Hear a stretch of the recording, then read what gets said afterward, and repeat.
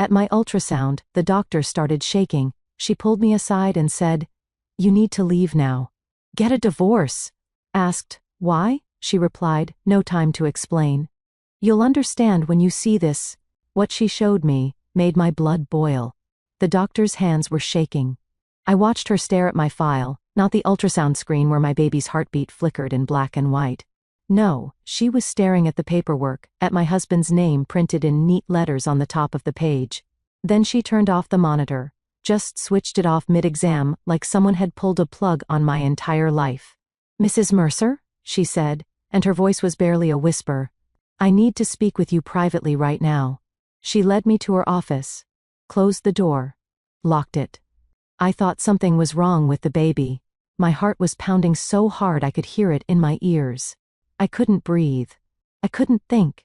Then she said words that made my world collapse. "You need to leave your husband today before you go home. Get a divorce lawyer first." I laughed. Actually laughed out loud. "What? Why? We're having a baby together. We're happy. I don't understand." "That's exactly the problem." Her face was white as paper. "What I'm about to show you will change everything you think you know about your marriage. But let me start from the beginning because you need to understand how I ended up in that office 4 months pregnant. Learning my entire life was built on lies, told by the man sleeping next to me every night.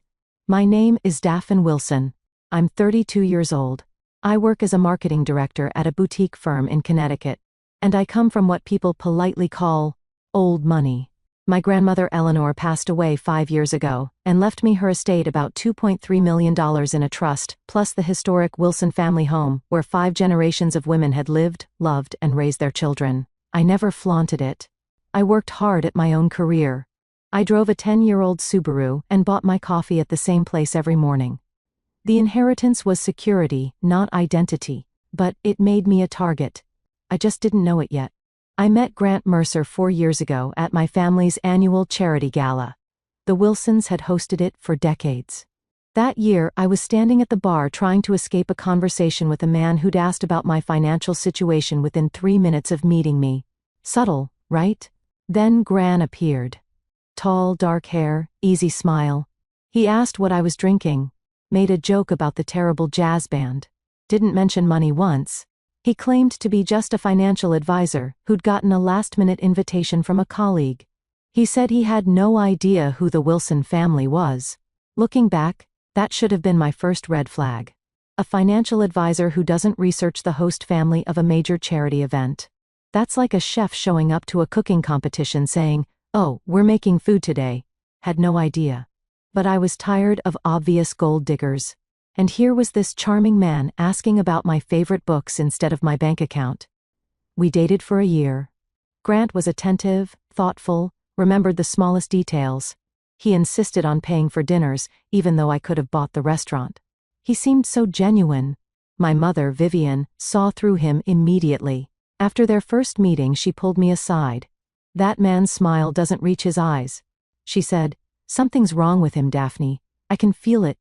I told her she was being paranoid, overprotective, jealous even. We fought about Grant constantly. Eventually, we just stopped talking. 2 years of near silence between me and the woman who raised me, birthday texts and nothing more. All because I chose to believe my husband over my own mother. Spoiler alert, Mom was right. And she's been waiting patiently to say, "I told you so." At this point, she's absolutely earned it. Grant and I got married after a year of dating. Beautiful ceremony at my grandmother's estate. He cried during his vows, tears streaming down his face as he promised to love and protect me forever. Looking back, those were probably the most honest tears he ever shed. Not from joy, from relief. His long game was finally paying off. After 2 years of trying for a baby naturally, we saw a fertility specialist. The diagnosis hit like a truck. Grant had severe male factor infertility. His sperm count was almost non-existent, and what little he had barely moved. Natural conception was essentially impossible. Grant seemed devastated. He cried in the car for 20 minutes. He apologized over and over, like it was his personal failure. I comforted him, told him we'd figure it out together. That's what marriage was about. What I didn't know was that Grant wasn't crying from grief. He was crying because his plan had just gotten significantly more complicated. All that emotion was him recalculating, not mourning. We decided on IVF with a specialized procedure called ICSI, where doctors inject a single sperm directly into an egg. Our best chance. Grant insisted on researching clinics himself. Found one he said was perfect. Handled all the paperwork. At the time, I thought he was being supportive because I was so emotionally drained. The first cycle failed, devastating. I couldn't get out of bed for 3 days. Grant held me, whispered encouragement, promised we'd try again. The second cycle, 7 months ago, worked. Positive pregnancy test? 2 pink lines that changed everything. I cried, happy tears. Grant held me close, already talking about nursery colors and baby names, and the future he'd always dreamed of. Then, casually, he mentioned I should update my will now that we're a family, he said. I thought it was sweet, practical, the kind of thing a good husband thinks about. I had no idea he was already counting my grandmother's money as his own. Everything seemed perfect. The loving husband. The baby on the way. The life I dreamed about since I was a little girl playing with dolls in my grandmother's garden. I had no idea that in just 3 months, a stranger with trembling hands would show me documents that would burn my perfect life to ashes. And I had no idea that the fire had been set by the man sleeping next to me every single night. Before we continue, if you're enjoying this story, please hit subscribe and tell me in the comments where you're watching from and what time it is there. I read every single comment and it truly means the world to me. Now, back to the story. 4 months pregnant, and something had shifted in my marriage. Small things at first. The kind of things you notice but explain away because the alternative is too painful to consider. Grant started keeping his phone face down on every surface. New password I didn't know. He'd step outside to take calls, come back saying it was work stuff, and change the subject before I could ask questions. He claimed he was restructuring client portfolios during these late-night calls at 11 p.m. on a Saturday. Now, I'm no financial expert, but I'm pretty sure the stock market takes weekends off. Unless Grant had secret clients in Tokyo, which he definitely did not. Something else was going on. The late nights at the office multiplied. 3 times a week, sometimes 4. He wouldn't come home until midnight. He's a financial advisor, not an emergency room surgeon. What could possibly require that kind of schedule? I found receipts. A restaurant downtown I'd never been to. $280 for dinner for 2. A hotel in the city 40 minutes from our house. Why would my husband need a hotel room so close to home? When I asked, Grant had answers for everything. Smooth, practiced answers that came just a little too quickly. Client dinner. Important networking. The hotel was for a conference that ran late. And it just made more sense to stay over than drive home exhausted. And when I pushed harder, when I asked more questions, his tone changed. Daphne, you're being paranoid. It's the hormones. My mother warned me about this. Women get irrational during pregnancy. Don't turn into one of those wives. I felt ashamed for even asking. That's how good he was at this. He made me apologize for questioning him. The financial pressure intensified around the same time. Grant's requests about money became more frequent, more urgent, more creative. We should add me to your trust. What if something happens during delivery? I need to be able to access funds for the baby. It's just practical. Power of attorney is common sense. Every married couple does it. Unless you don't trust me, your grandmother's house is too big for us anyway. We should sell it.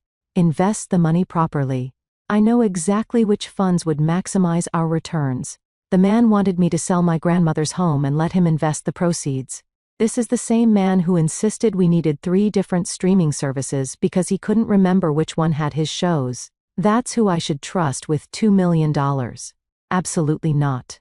When I said no, gently and carefully, Grant's warmth evaporated. He became cold, distant. He started sleeping on the far edge of the bed, claiming I moved too much now that I was pregnant. The arguments became more frequent. He'd bring up the trust I'd refuse. He'd give me the silent treatment for days. His silent treatments lasted exactly until he got hungry. Funny how that worked. Apparently his principles had a time limit, and that limit was an empty stomach. He barely touched me anymore. Blame my changing body. Said he didn't want to hurt the baby. It sounded caring on the surface. It felt like rejection in my bones. I tried to talk to him about it. He said I was being needy, hormonal, difficult. I started to wonder if the problem was me. One night, I woke up at 2 in the morning and Grant wasn't in bed. I found him in the kitchen, hunched over his phone, speaking in a hushed voice. I stood in the hallway and listened.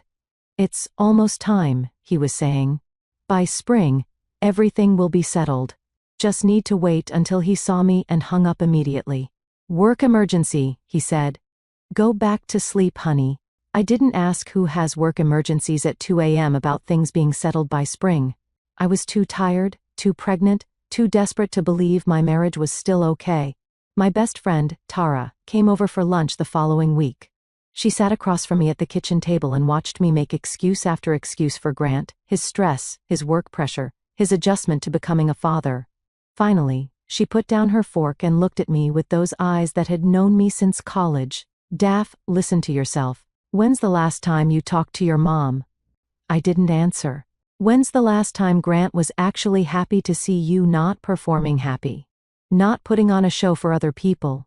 Really genuinely happy to see you walk through the door?" I couldn't answer that either. "Trust your gut," Tara said. "Something is wrong here." I told her she was being dramatic, but that night I couldn't sleep. I kept thinking about Grant's phone, always face down, his late nights, his sudden obsession with getting access to my money, the way he looked at me sometimes when he thought I wasn't paying attention, like I was a math problem to solve, not a person to love. 4 months pregnant, regular OB appointment for an ultrasound. My usual doctor was on vacation, so I was scheduled with a colleague instead, Dr. Claire Brennan. I went alone. Grant had a client meeting he absolutely couldn't miss.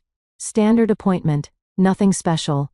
I laid back on the exam table, cold gel on my belly, waiting to see my baby dancing on the screen like always. Dr. Brennan was pleasant and professional. She made small talk while setting up the equipment, asked how I was feeling, if the baby was moving much, all the normal questions. Then she opened my file, glanced at the paperwork, her face changed. She looked at my husband's name, looked at me, back at the name, but I saw her hands start to tremble. She set down the ultrasound wand, reached over and turned off the monitor completely. "Mrs. Mercer," she said, and her voice was barely above a whisper. "I need to speak with you privately right now." I thought something was wrong with the baby. Every worst-case scenario flooded my mind in 3 seconds flat. She walked me to her office, closed the door, locked it behind us, and then she said words that cracked my entire world wide open. "I know what your husband did, and I have proof." She pulled a folder from her desk drawer. Her hands were still shaking as she opened it. "My younger sister works at your fertility clinic," she said. 3 weeks ago she came to me crying. She told me everything. When I saw your husband's name on your file just now, I recognized it immediately." Dr. Brennan took a deep breath. "Mrs. Mercer, I'm so sorry. But you need to see this before you go home. Before he knows that, you know." She laid the folder open on her desk between us, and everything I thought I knew about my marriage, my pregnancy, and the man I loved turned to ash right in front of my eyes. Dr. Claire Brennan's younger sister Molly worked as a nurse at the fertility clinic, the same clinic my husband had so carefully researched for our IVF treatment, the clinic he insisted was perfect for us. Now I understood why he'd been so particular about that choice. Claire explained everything, her voice steady even though her hands weren't. 3 weeks earlier, Molly had shown up at Claire's apartment close to midnight. She was sobbing so hard she could barely speak. She hadn't been sleeping. She'd lost weight. The guilt had been eating her alive for months, and she finally couldn't carry it anymore. 7 months ago, Molly told her a patient's husband had approached her at the clinic. He was charming, well-dressed, seemed desperate but reasonable. He said he had a special situation that required discretion. His wife didn't know, he explained, but he was using donor sperm for their IVF cycle. Some family genetic issue he didn't want to burden her with. Nothing sinister. He just needed help keeping it quiet. He'd pay well for the assistance. $30,000 for a nurse making $52,000 a year drowning in student loans and credit card debt. It was impossible to refuse. Molly helped switch the samples. Grant's sperm, which couldn't have produced a pregnancy anyway, was replaced with sperm from a paid donor. The embryologist was in on it too. Grant had approached him separately with another payment. Between the two of them, the switch went undetected. The embryologist told Molly not to worry.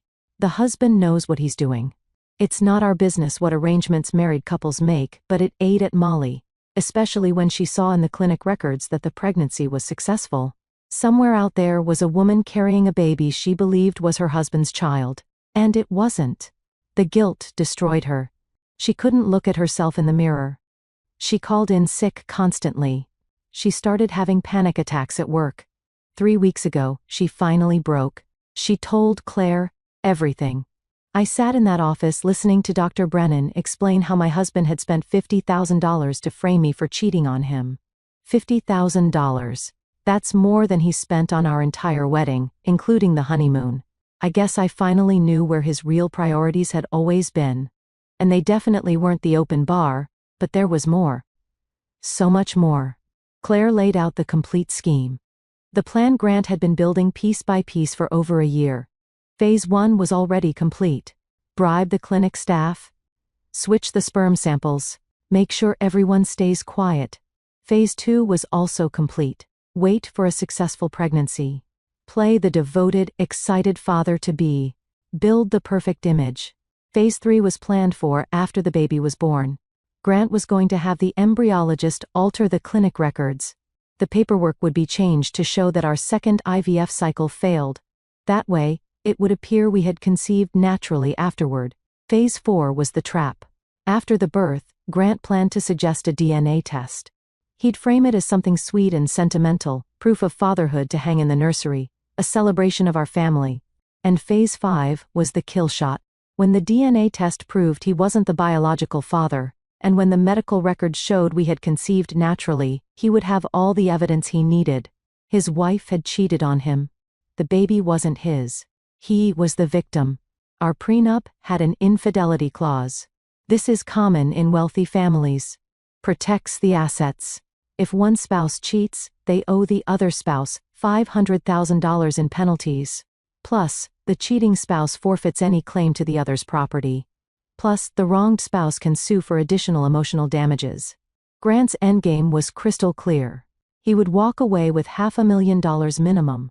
He'd destroy my reputation. He'd probably get more in a lawsuit.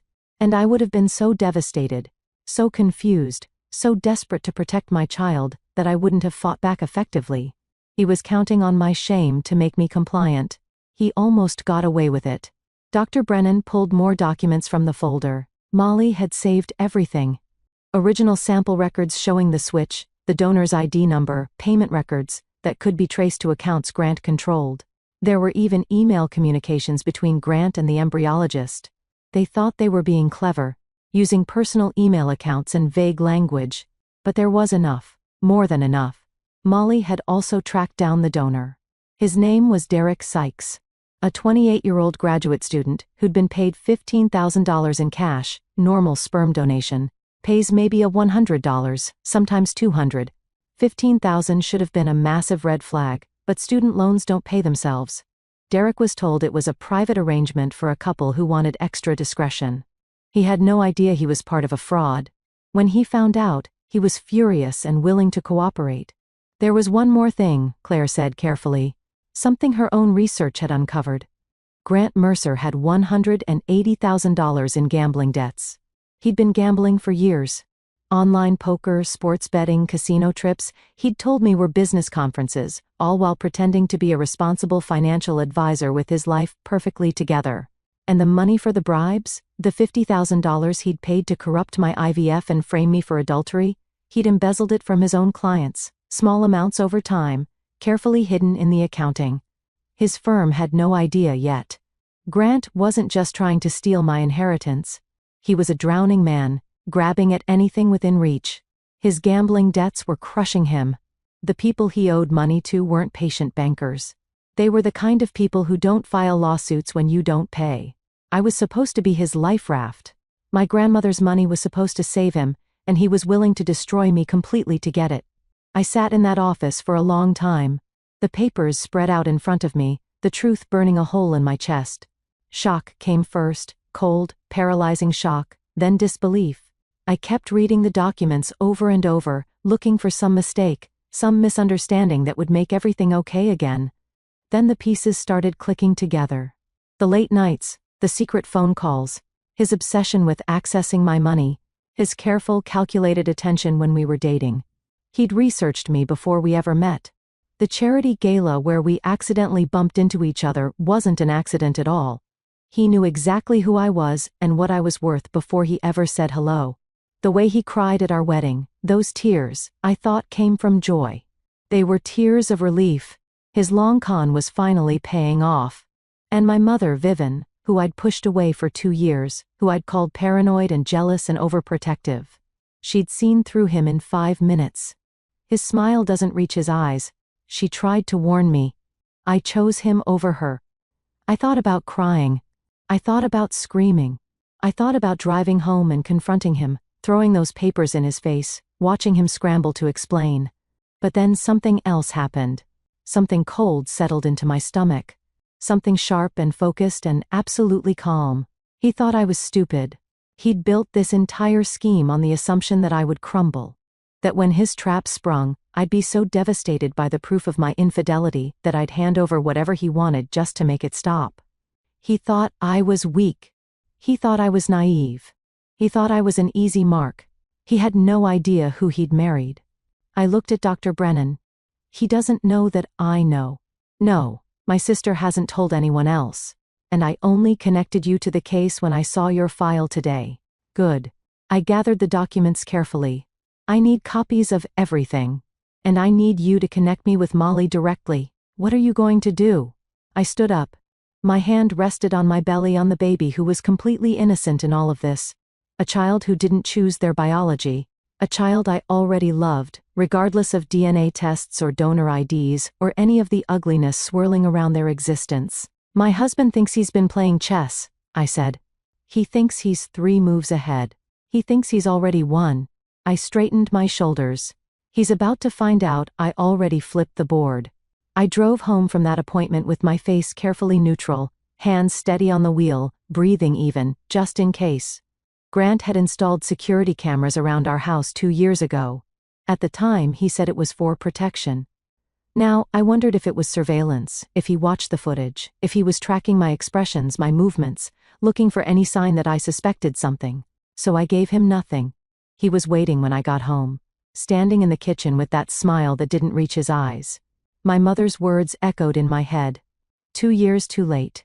How was the appointment? He asked. Is the baby okay? I smiled back, walked over and hugged him, showed him the ultrasound photo Dr. Brennan had printed before everything changed. Perfect, I said. Everything's absolutely perfect. I deserve an Oscar for that performance. I smiled at him over dinner while mentally calculating how much his bail would be. I asked about his day while picturing him in an orange jumpsuit. I even laughed at his joke about baby names. It wasn't funny at all, but I committed to the role like my life depended on it, because in a way, it did. I apologized for being paranoid lately, blamed the hormones, used the exact same excuse he'd thrown at me for months.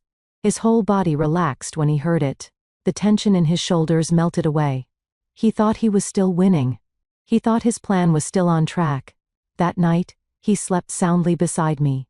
I lay awake until 3 a.m, staring at the ceiling, planning his destruction. The next morning, I called in sick to work. Then I drove 2 hours to a different city, checking my mirrors constantly to make sure I wasn't followed. Paranoid maybe, but I'd earned that paranoia. I found a private investigator named Rosalind Weaver, ex-police detective, 15 years on the force before going private. Non-nonsense attitude, sharp eyes, the kind of woman who'd seen everything and wasn't impressed by any of it. I told her everything. She listened without interrupting, took notes, and when I finished, she smiled like a shark who just spotted a bleeding swimmer. Your husband made a lot of mistakes, she said. Arrogant men always do. Give me 2 weeks. She had results in 10 days. Grant's gambling debts totaled $180,000. He owed money to online betting sites, underground poker games, and a few private lenders who definitely didn't file paperwork with the IRS. The kind of creditors who get very creative when payments are late. The embezzlement was confirmed. Approximately $53,000 missing from client accounts at his firm, siphoned over 18 months through small transactions designed to avoid detection. His bosses had no idea yet. And then there was the affair. 8 months, his assistant, hotel rooms, romantic dinners, weekend getaways disguised as business trips. Rosalind had photos, text messages, credit card receipts. The whole pathetic collection. His assistant. Of course it was his assistant. How completely unoriginal. I was almost insulted by the cliché. If you're going to destroy your marriage, at least show some creativity. Having an affair with your assistant is literally chapter 1 of the Cheating Husband Handbook. Not that such a handbook exists, but if it did, Grant would have highlighted that page. Rosalind found something else too. This wasn't Grant's first attempt at landing a wealthy woman. 5 years ago, he dated someone in Boston, Caroline Ashford. Family money, trust fund, the whole package. They were together for 8 months before she discovered financial irregularities in a joint account he'd convinced her to open.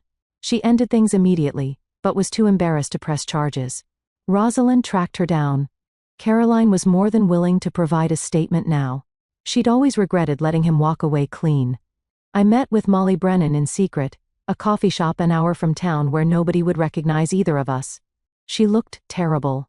Thin, pale, dark circles under her eyes. The guilt had been eating her alive. She started crying the moment she saw me sit down. "I'm so sorry," she kept saying. I knew it was wrong. I'd just the money, and he was so convincing, and I thought maybe he really was just trying to protect you from some genetic issue, and I stopped her. "I need to know one thing. Are you willing to testify officially on the record?" She nodded without hesitation. "I'll tell them everything. I should have gone to the police the day after it happened. I was just so scared of losing my license, my job, everything. But yes, whatever you need, I'll say it under oath." I looked at her for a long moment. This woman had helped my husband try to destroy me. She'd taken $30,000 to participate in fraud. By any measure, she was complicit. But Grant had manipulated her the same way he'd manipulated me. He'd found her weakness and exploited it. He was the architect. She was just a tool. "Don't be scared anymore." I told her, "You're not the villain in this story. He is." The embryologist, once he learned Molly was cooperating and had kept records, developed a sudden and convenient conscience. He gave his own statement to Rosalind. He was terrified of losing his medical license and going to prison. He'd say whatever we needed to put Grant away. The hardest call I made was to my mother. 2 years of near silence. 2 years of choosing Grant over her. I'd defended him when she questioned his motives. I'd stopped inviting her to holidays. I'd called her jealous, paranoid, unable to accept that I was happy and she'd been right about everything. The phone rang twice before she picked up. Daphne. Her voice was cautious, hopeful, like she'd been waiting for this call for 2 years, but didn't want to jinx it. "Mom." My voice cracked on the word. "You were right about everything about him. And I'm so sorry. I'm so sorry." There was a pause. I braced myself for the "I told you so" she'd earned. For the anger, the resentment, the hurt I'd caused by choosing a con man over the woman who raised me. Instead, she said, "What do you need, sweetheart?" She didn't gloat. She didn't remind me of every warning I'd ignored. She didn't point out that she'd tried to tell me for years. She just asked how she could help. That broke me more than anything else had. My mother is a retired attorney, specialized in estate law for 30 years before she stepped back. Within 48 hours, she'd connected me with the best divorce lawyer in Connecticut and a criminal prosecutor who specialized in fraud cases. My mom taught me something that day. The people who really love you don't need to be right. They just need you to be okay. I'd spent 2 years choosing a con man over the woman who raised me. And her first instinct when I called crying was still to protect me. That's what real love looks like. Grant never understood that because he'd never felt it. My lawyer was a woman named Sandra Kowalski, 5 feet 2 inches, silver hair, reading glasses perpetually perched on her nose. She looked like someone's sweet grandmother. She was a shark in a cardigan. Sandra reviewed everything. The clinic documents, Molly's statement, the findings, the affair evidence, the embezzlement records. When she finished, she looked up at me over those reading glasses and smiled. "Your husband is facing fraud, conspiracy, and embezzlement charges. The prenup infidelity clause works in your favor now because he's the one who's been cheating, and his little scheme to falsify medical records after the birth. That's a felony he was planning to commit. We have evidence of intent. She coordinated with the prosecutor. Molly gave a formal sworn statement to police. The embryologist cooperated in exchange for reduced charges. Grant's firm was quietly alerted about the missing funds. They began their own investigation and immediately froze his access to client accounts. A judge reviewed the evidence, found probable cause, issued an arrest warrant for fraud, conspiracy, and embezzlement. My lawyer called it a formality at this point. I called it the best piece of paper I'd ever seen in my life. 8 1/2 by 11, in of pure karma. 6 weeks after that ultrasound appointment, I suggested to Grant that we throw a celebration, a baby moon party at my grandmother's estate. Both families, close friends, an afternoon garden gathering to celebrate the baby coming soon. His eyes lit up like Christmas morning. More witnesses to his devoted husband performance. More people who would feel sorry for him later when his wife was exposed as a cheater. More fuel for the sympathy he was planning to milk. "That's a wonderful idea," he said, kissing my forehead in that gentle way that used to make me feel safe. "Let me help plan everything." No, I patted his chest. "You've been working so hard lately, all those late nights at the office. Let me handle the party. You just show up and enjoy it."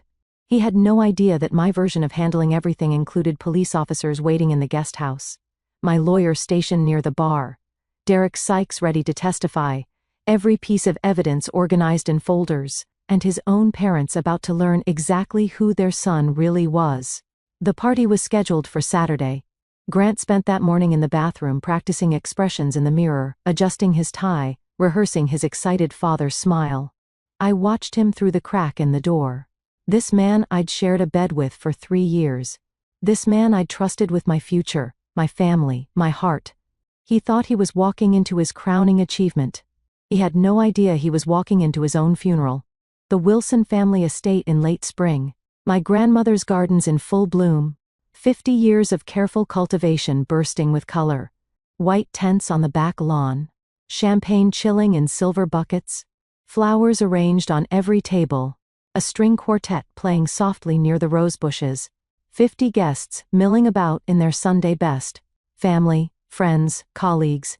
Grant's parents had driven up from Maryland. So proud of their successful son and his beautiful pregnant wife. My grandmother would have loved this party.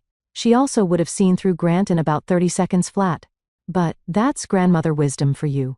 The older generation has a radar for phonies that the rest of us have to develop the hard way. Grant was in his absolute element, working the crowd like a politician at a fundraiser.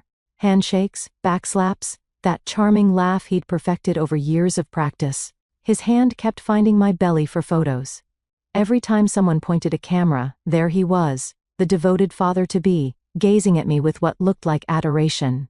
He was so good at pretending to be human. I almost felt sorry for him.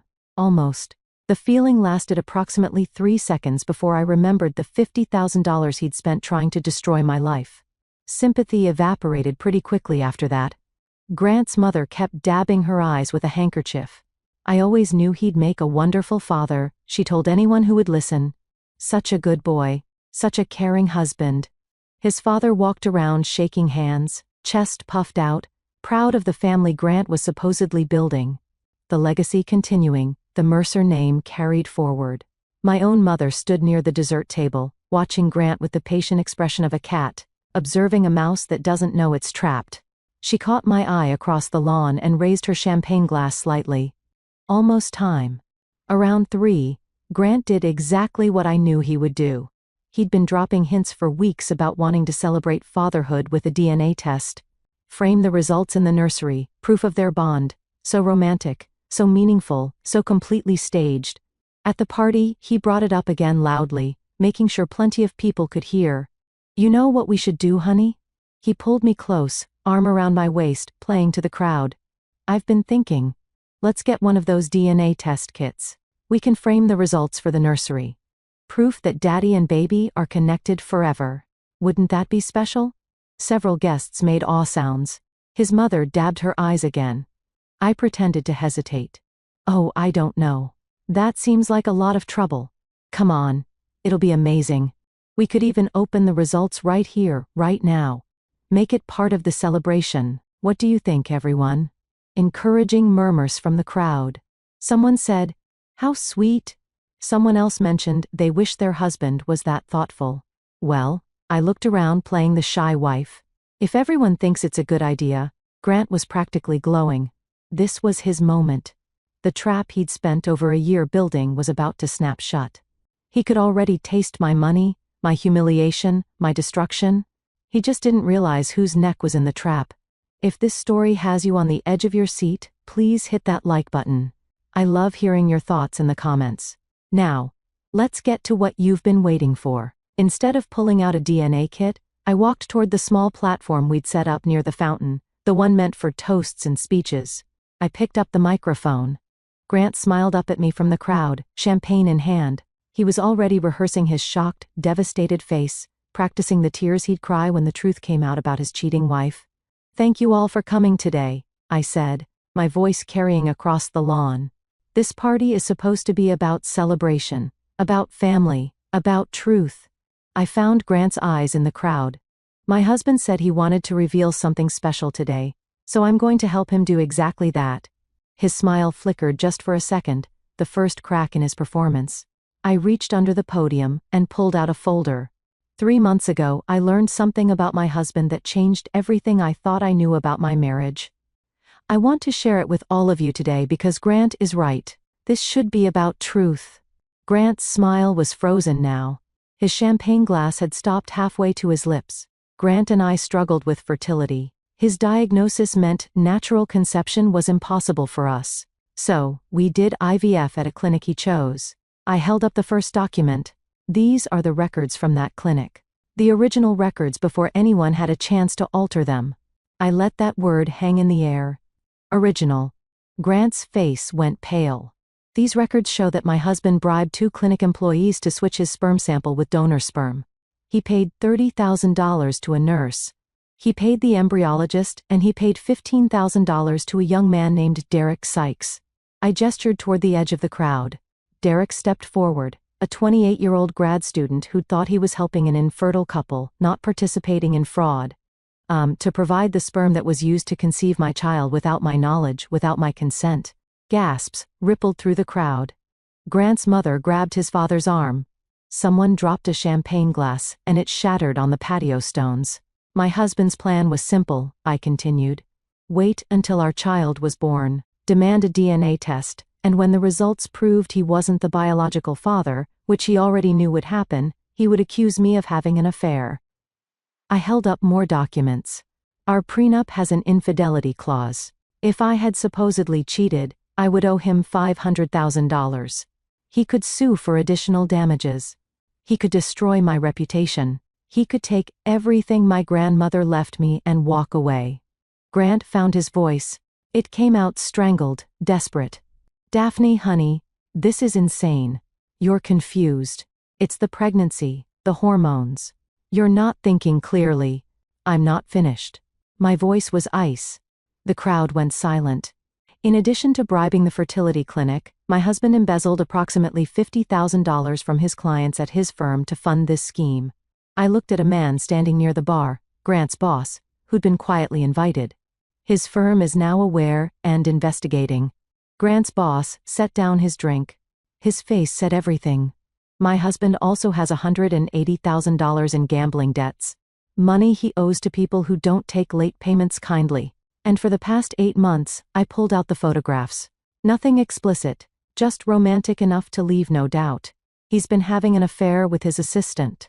Grant's mother made a sound like she'd been punched in the stomach. I displayed the photos. Restaurant dinners, hotel entrances, the kind of evidence that removes all possibility of denial. This wasn't even his first attempt, I added.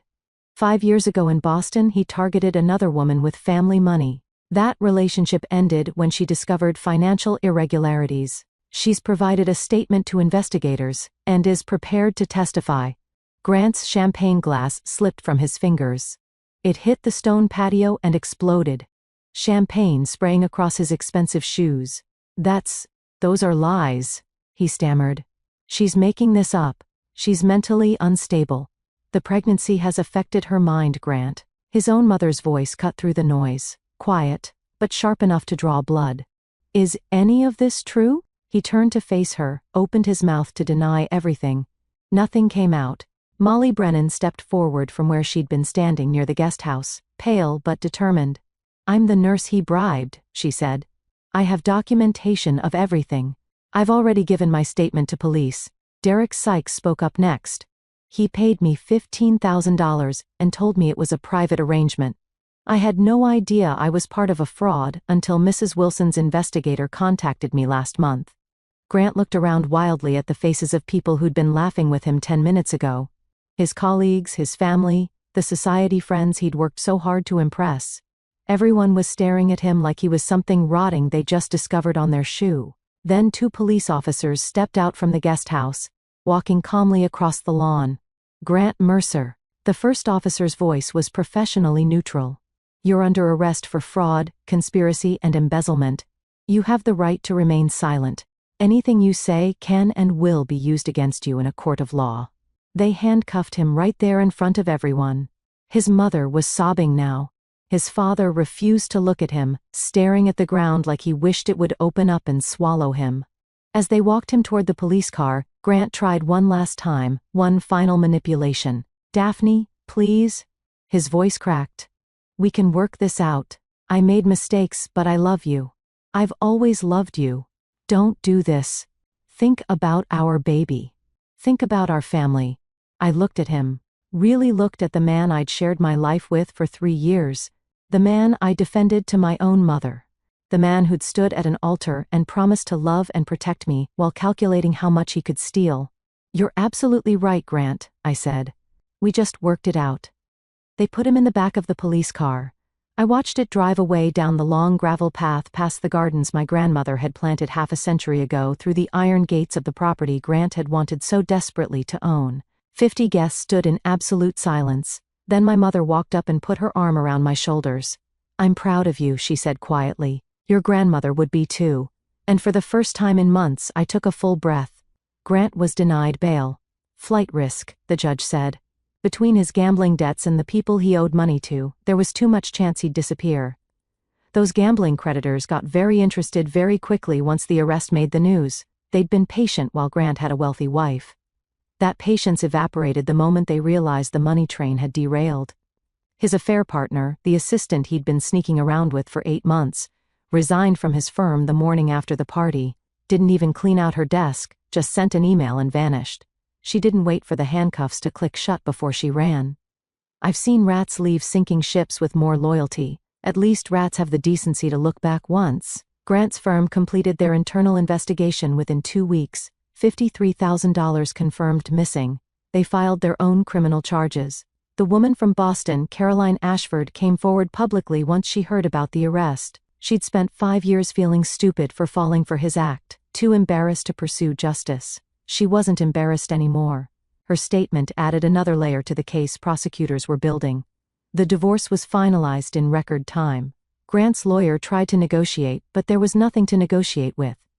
The prenup's infidelity clause, the one Grant had been planning to weaponize against me, worked in my favor.